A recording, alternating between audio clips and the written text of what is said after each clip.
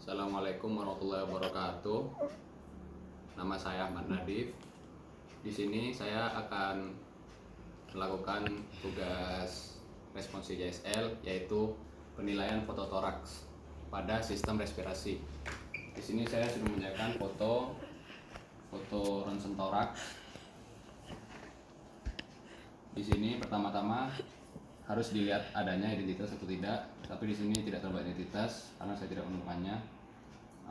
Identitas yang harus ada yaitu yang paling penting adalah nama, umur, jenis kelamin, dan tanggal pengambilan foto.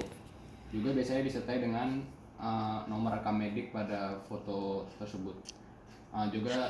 Biasanya juga disertai dengan instalasi atau rumah sakit yang mengambil foto tersebut. Selanjutnya saya misalkan foto ini sudah dipasang di lightbox agar terlihat dengan jelas dan dapat dibaca. Nah, selanjutnya saya akan melakukan penilaian apakah foto ini layak untuk dilakukan penilaian atau tidak. Pertama-tama dilihat dari inspirasinya cukup atau tidak. Inspirasi yang cukup dilihat dari letak diafragmanya. Letak diafragma pada inspirasi cukup yaitu pada kosta anterior ke 5 dan 6 dan terletak pada kosta anterior ke 5 dan ke 6 dan kosta posterior ke 9 dan 10. Di sini memang letak diafragma itu yang kanan memang agak lebih tinggi daripada yang kiri. Selanjutnya dilihat dari posisi metrisnya, dilihat pada korpus vertebra torakal di sini dan sendi sternoclavicularis dilihat dari bagian sini dan pada tulang klavikulanya. Jika terlihat simetris atau sama berarti foto ini diambil dengan baik. Selanjutnya foto toraks juga harus terlihat pada melingkupi semuanya, dimulai dari kafum di atas, kafum toraks sampai ke bagian sini, bagian sudut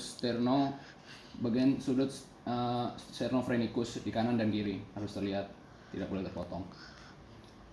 Nah, di sini semuanya sudah mencakup pada kriteria yang sudah saya sebutkan, berarti foto ini layak untuk dibaca atau dilakukan penilaian. Nah, selanjutnya penilaian dilakukan bisa dari dalam keluar dan luar ke dalam. Di sini lebih baik dilakukan biasanya saya melakukan dari luar ke dalam.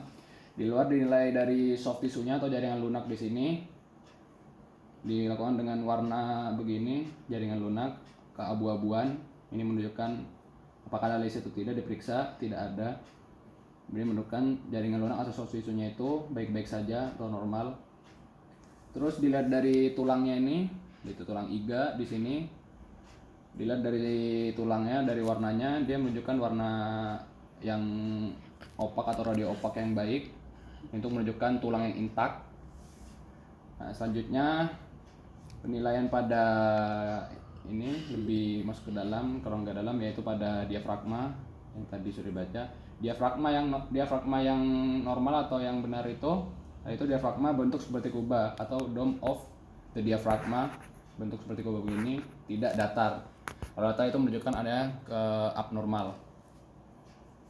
Setelah diafragma lakukan penilaian pada sudut costophrenikus di sini kanan dan kiri dan cardiophrenikus di sini.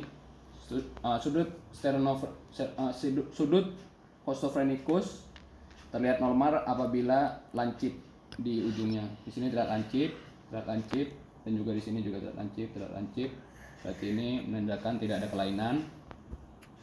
Selanjutnya pada bagian mediastinum. Di bagian mediastinum ini ada jantung, ada aorta di sini dan juga ada trakea. Dilihat apakah jantung terjadi pembesaran. Jantung yang besar itu menunjukkan jantung lebih dari 50% dari rongga toraks di sini.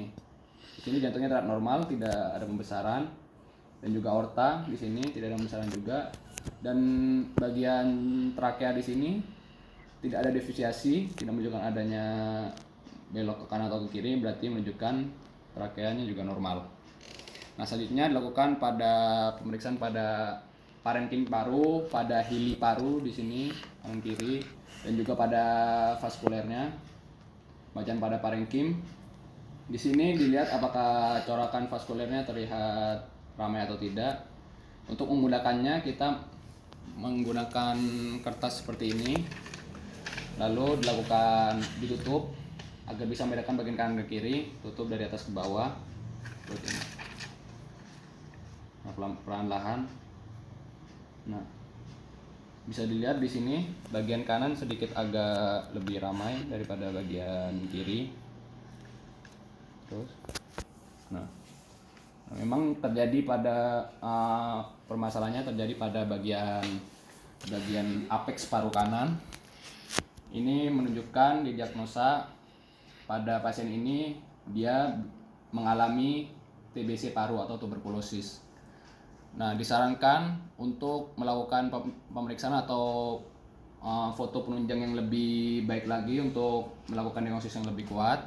Maka perlu dilakukan foto toraks kembali dengan posisi top lordotik agar terlihat bagian apex paru di sini, di bagian atasnya saja, untuk melihat apakah ada infiltrat paru di apex paru kanannya.